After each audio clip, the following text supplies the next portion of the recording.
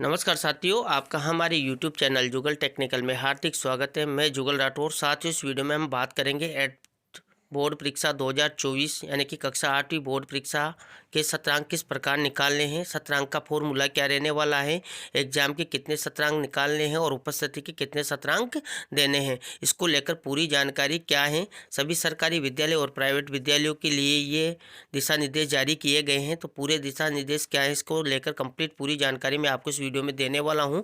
Complete पूरा video देख और आप हमारे चैनल पर नए हैं और अभी तक आपने हमारे चैनल को सब्सक्राइब नहीं किया तो चैनल को सब्सक्राइब करें, बेल आइकन प्रेस करके ऑल पर जरूर क्लिक करें, क्योंकि ऐसी लेटेस्ट जानकारी मैं आपको लगातार देता रहता हूं। तो शुरू करते हैं।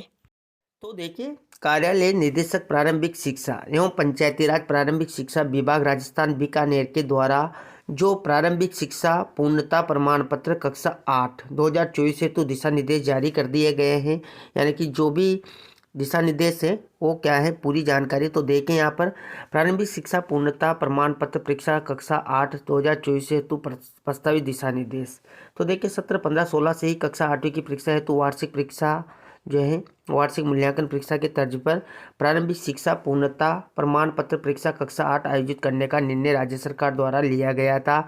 ये परीक्षा निःशुल्क अनिवार्य बाल शिक्षा अधिकार अधिनियम 2009 की धारा 30(2) के तहत विद्यार्थियों को दिए जाने वाले प्रारंभिक शिक्षा पूर्णता प्रमाण पत्र के लिए आधार मूल्यांकन प्रणाली रही है। अब देखिए, यहाँ पर काफ़ी सारी जानकारी इससे रिलेटेड दी गई है।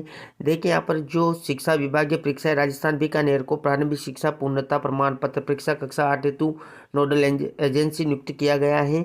वर्ष 2024 से आयोजित परीक्षा हेतु नए सिरे से विभिन्न विभागों, संगठनों और कार्यालयों को सौंपे जाने वाले दायित्व और कार्य हेतु निम्नानुसार दिशा निर्देश जारी किए जाते हैं। यानी कि 2024 से ही जो परीक्षा आयोजित होगी इसके नए सिरे से ही सभी को दायित्व दिए गए हैं।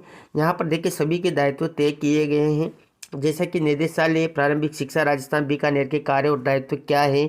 अगर आप इनका स्क्रीनशॉट लेना चाहते हैं तो ले सकते हैं जानकारी के लिए। इसके बाद देखिए, राजस्थान राज्य शैक्षिक अनुसंधान प्रशिक्षण परिषद यानी कि RSCERT उदयपुर के कार्य और दायित्व भी यहाँ पर डिसाइड किए गए हैं। इसके बाद यहाँ पर देखिए, राजस्थान स्कूल शिक्षा परिषद जयपुर के कार्य और दायित्व भी यहाँ पर दिए गए हैं, जो भी काफ़ी इम्पोर्टेंट हैं। इसके बाद देखिए, NIC जो शिक्षा संकुल जयपुर के कार्य और दायित्व भी यहाँ पर निर्धारित किए गए हैं। जैसे कि देखिए, यहाँ पर परीक्षा केंद्र की मैपिंग का मॉड्यूल CBO लॉगिन पर प्रारंभ करना है, संग्रहण केंद्रों की मैपिंग का मॉड्यूल CBO लॉगिन पर प्रारंभ करना है। तो काफ़ी सारे यहाँ पर जो है कार्य दायित्व दिए गए, जैसे प्रवेश पत्र, रोल नंबर, विद्यालय लॉगिन पर जारी करना है। तो सारी जानकारी यहाँ पर लगभग आपको मिल जाएगी, जो NIC शिक्षा संकुल जयपुर के कार्य और दायित्व से रिलेटेड है, जो शाला दर्पण और PSP पोर्टल को नियंत्रित करेंगे। ये पूरी जानकारी यहाँ पर दी गई है।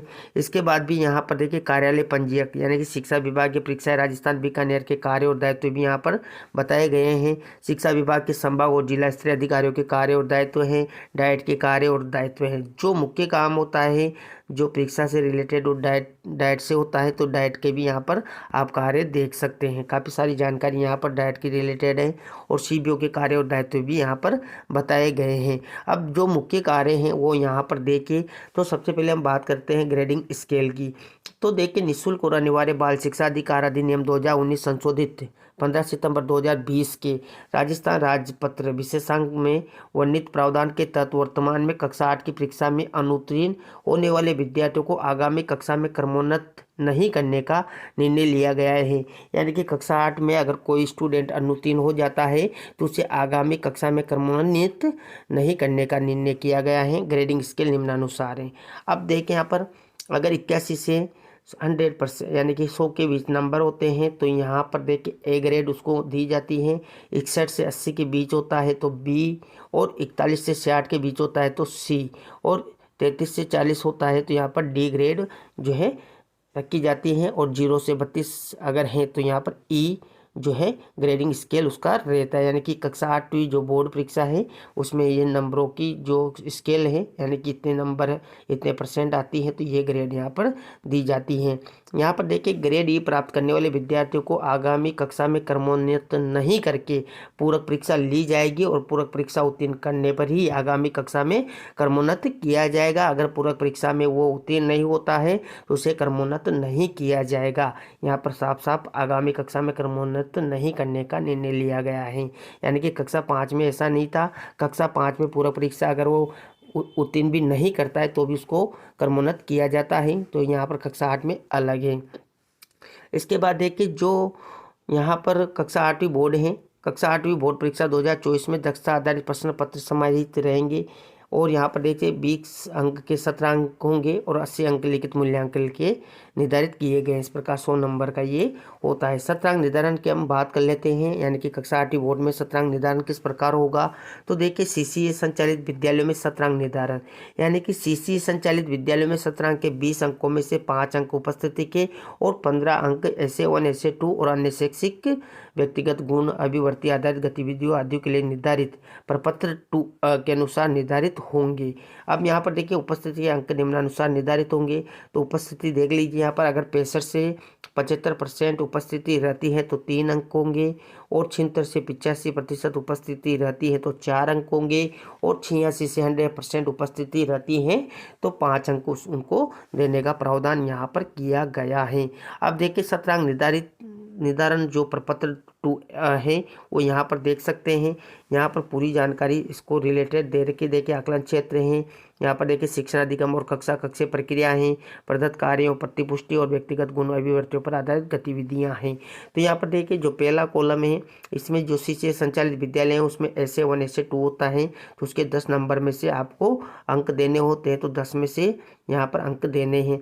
इसके बाद दूसरा कॉलम है पोर्टफोलियो की स्थिति के अकॉर्डिंग 10 में से नंबर देने हैं।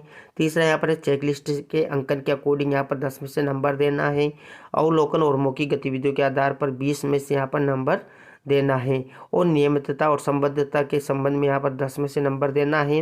वर्तनी उच्चारण और सुलेख सुधार के आधार पर यहाँ पर 10 में से नंबर देना है। व्यक्तिगत गुणों और अभिवर्तियों के आधार पर 10 में से नंबर देना है। स्वास्थ्य शिक्षा और स्वच्छता है तो उससे रिलेटेड अगर स्टूडेंट हैं तो यहाँ पर 10 में से नंबर उसको देना है। 9 बैक डे की गतियों के आधार पर यहाँ पर 10 में से नंबर देना है। तो इस प्रकार यहाँ पर पूरा जो यहाँ पर दे रखे हैं उनके 100 नंबर होते हैं। 100 में से जितने स्टूडेंट प्राप्त करता है उसका यहाँ पर 15%, यानी कि देखिए कक्षा कक्षीय प्रक्रिया के शतरांक सर्वयोग का जो 15% है वो निकालना है, और 15 में से कितना नंबर यहाँ पर प्राप्त करता है, उपस्थिति में कितना नंबर प्राप्त करता है, योग यहाँ पर 20 अंक का शतरांक हो जाता है। तो इस प्रकार जो शतरांक होंगे वो यहाँ पर आ जाएंगे। इसके बाद दूसरा पॉइंट यहाँ पर दे रखा है, राजस्थान की शिक्षा में बढ़ते कदम के अंतर्गत आकलन कराने वाले विद्यालयों में शतरांक निर्धारण, यानी कि जहाँ पर RKSM-BK संचालित है उन विद्यालयों में शतरांक किस प्रकार निकाले जाएंगे। तो देखिए ऐसे विद्यालय जहाँ RKSM-BK के अंतर्गत आकलन लिया जा रहा है, शतरांक निर्धारण प्रपत्र 2B के अनुसार रहेगा। यानी कि शतरांक निर्धारण प्रपत्र 2B क्या है, तो देखिए यहाँ पर पूरी जानकारी इसमें दी गई है। यानी कि जहाँ पर RKSM-BK चलता है उनको शतरांक निकालना है तो उसके लिए ये प्रपत्र दिया हुआ है। तो देखिए छात्र छात्रा का नाम आप फिल कर लें। RKSM-BK फर्स्ट जो 3 सब्जेक्ट हैं वो 15-15 अंकों का होता है, तो 15 में से कितने अंक आते हैं वो यहाँ पर देना है। RKSM-BK 2 और अर्धवार्षिक परीक्षा 3 सब्जेक्ट के यहाँ पर RKSM-BK 2 15 नंबर का और अर्धवार्षिक परीक्षा यहाँ पर 50 नंबर की। तो इस प्रकार ये RKSM-BK 2 में आपको फिल करना है। प्रथम परक द्वितीय परक यहाँ पर 10-10 नंबर के हैं। सर्वयोग यहाँ पर 100 का हो जाता है। 100 में से आपको यहाँ पर 15 जो अंक निकालने हैं, शतरांक निकालने हैं, कक्षा कक्षीय प्रक्रिया के शतरांक। इसके बाद उपस्थिति देखिए यहाँ पर 5 में से कितने नंबर आते हैं। इस प्रकार योग जो शतरांक है वो 20 नंबर का हो जाता है। तो इस प्रकार जहाँ पर RKSM-BK विषय संचालित है उनके लिए प्रपत्र 2B रहेगा। इसके बाद देखिए हिंदी अंग्रेजी गणित विषय के अतिरिक्त जो शेष विषय हैं उनका शतरांक निर्धारण प्रपत्र 2S के अनुसार रहेगा। यानी कि जो अन्य सब्जेक्ट हैं उनके लिए आपको यहाँ पर प्रपत्र जो 2S हैं वो भरना होगा, वो भी मैं आपको आगे बताने वाला हूँ। देखिए अन्य विद्यालयों में शतरांक निर्धारण, तो देखिए प्रारंभिक शिक्षा पूर्णता प्रमाण पत्र परीक्षा में प्रत्येक विषय का अंकभार 100 अंकों का होगा, जिसमें 20 अंक शतरांक हेतु और 80 अंक प्रारंभिक शिक्षा पूर्णता प्रमाण पत्र परीक्षा हेतु निर्धारित है। शतरांक के 20 अंकों में से 5 अंक उपस्थिति के तथा 15 अंक प्रथम परक द्वितीय परक अर्धवार्षिक परीक्षा और 9 बैक डे गतिविधियों के लिए अंकित है। प्रपत्र स जो है 2S के अनुसार शतरांक निर्धारित होंगे। देखिए यहाँ पर शतरांक निर्धारण प्रपत्र 2S दिया हुआ है। तो देखिए यहाँ पर जो प्रपत्र हैं इसमें देखिए छात्र छात्रा का नाम है, प्रथम परक द्वितीय परक के नंबर है, यानी कि प्रथम परक और द्वितीय परक 10-10 नंबर के हैं।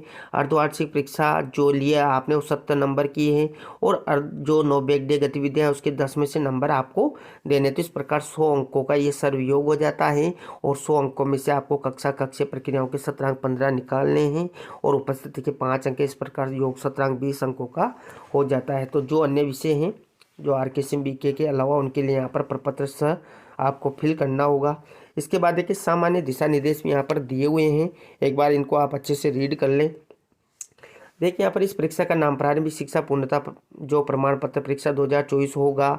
इसके बाद देखिए यहाँ पर जो केंद्रीय माध्यमिक शिक्षा बोर्ड यानी कि CBSE पैटर्न के विद्यालयों को छोड़कर राज्य के समस्त राज्य के मान्यता प्राप्त गैर राजकीय विद्यालयों हिंदी अंग्रेजी माध्यम में अध्ययनरत कक्षा 8 के समस्त विद्यार्थियों का परीक्षा में सम्मिलित होना अनिवार्य होगा। इन समस्त विद्यालयों के संस्था प्रधानों का यह दायित्व होगा कि वे इस परीक्षा हेतु अपने विद्यालय में अध्ययनरत कक्षा 8 के समस्त विद्यार्थियों के ऑनलाइन आवेदन पत्र भरवाएं।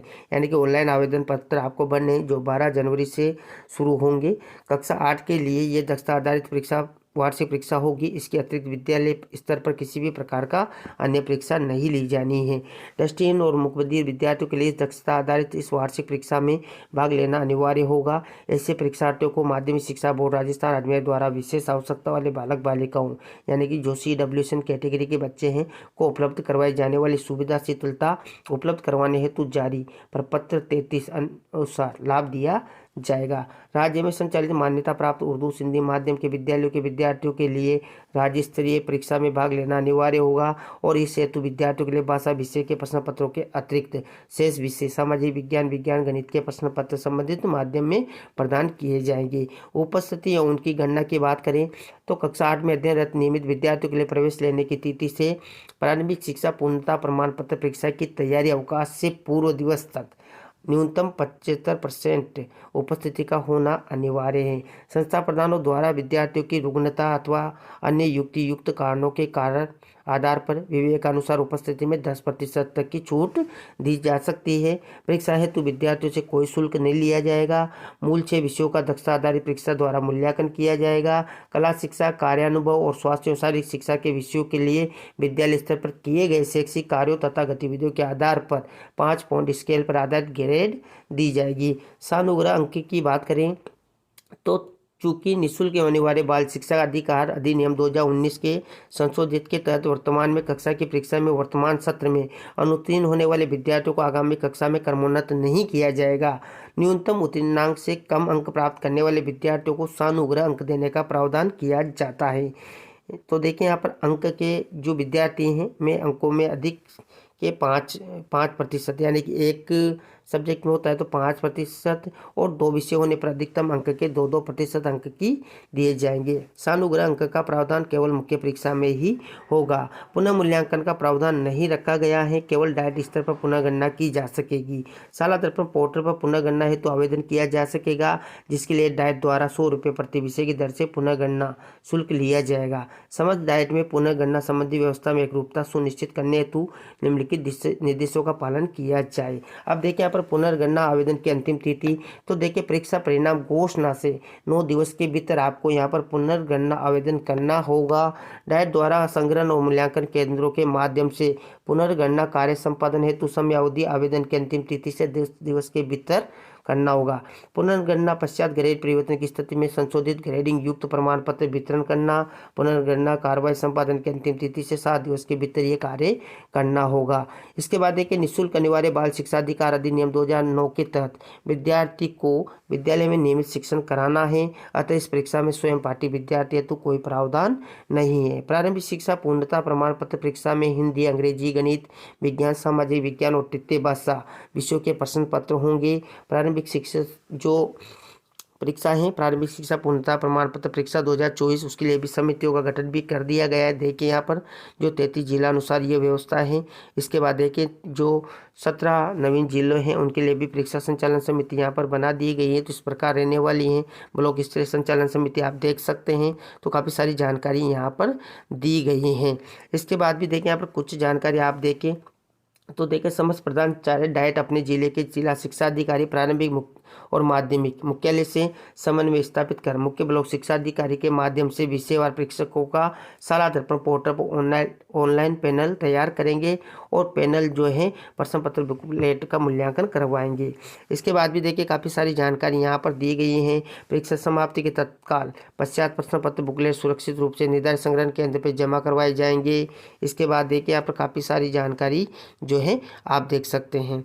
इसके बाद भी यहाँ पर देखिए भाषा विषयों के अतिरिक्त अन्य सभी विषयों के प्रश्न पत्र हिंदी अंग्रेजी दोनों भाषाओं में मुद्रित होंगे। प्रश्न पत्र बुकलेट के रूप में होंगे जिसमें दिए गए स्थान पर परीक्षार्थियों को उत्तर लिखना होगा। यहाँ पर देखिए प्रारंभिक शिक्षा पूर्णता प्रमाण पत्र कक्षा 8 की 2024 परीक्षा पूर्व परीक्षा प्रश्न पत्र बुकलेट जांच करने के वाले परीक्षक को 5 रुपये कॉपी राशि देना प्रस्तावित है, यानी कि 5 रुपये कॉपी चेक के मिलेंगे, जिसका बजट आवंटन प्रारंभिक शिक्षा के राज्य मध्य के उपमध्य 42 द्वारा होगा। इसका अनुमोदन आवश्यक रहेगा। इसके बाद भी देखिए यहाँ पर जो मूल्यांकन संग्रहण वितरण केंद्र हैं उसको स्टेशनरी या अन्य खर्चे के लिए 2000 रुपये दिए जाएंगे, वो भी एक मुश्त दिए जाएंगे। इसी प्रकार यहाँ पर देखिए मूल्यांकन का जो कार्य की गोपनीयता और विश्वसनीयता सुनिश्चित करने हेतु मूल्यांकन केंद्र पर मुख्य ब्लॉक शिक्षा अधिकारी द्वारा मूल्यांकन केंद्र से अधिकतम 15 किमी की परिधि से शिक्षकों को वीक्षण और मूल्यांकन कार्य हेतु लगाया जाएगा। अधिकतम 24 विद्यार्थियों पर एक वीक्षक की नियुक्ति की जाएगी। यथासंभव उन राजकीय विद्यालयों को भी परीक्षा केंद्र बनाया जाए जहाँ पहले से ही माध्यमिक शिक्षा बोर्ड के परीक्षा केंद्र संचालित हैं। इसके बाद देखिए यहाँ पर जो आरटी बोर्ड 2024 हेतु जो राजकीय विद्यालय संग्रहण केंद्र होगा उसी को मूल्यांकन केंद्र भी माना जाएगा। तो काफ़ी सारी जानकारी यहाँ पर दे रखी है। इसके बाद देखिए 1 मार्च 2024 को आवेदक की अधिकतम आयु 16 वर्ष से अधिक न हो। विशेष परिस्थितियों में आयु सीमा में शीतलन के लिए निदेशक प्रारंभिक शिक्षा राजस्थान की जो अध्यक्षता में 5 वरिष्ठ अधिकारियों की समिति विभाग स्तर पर निर्णय ले सकेगी।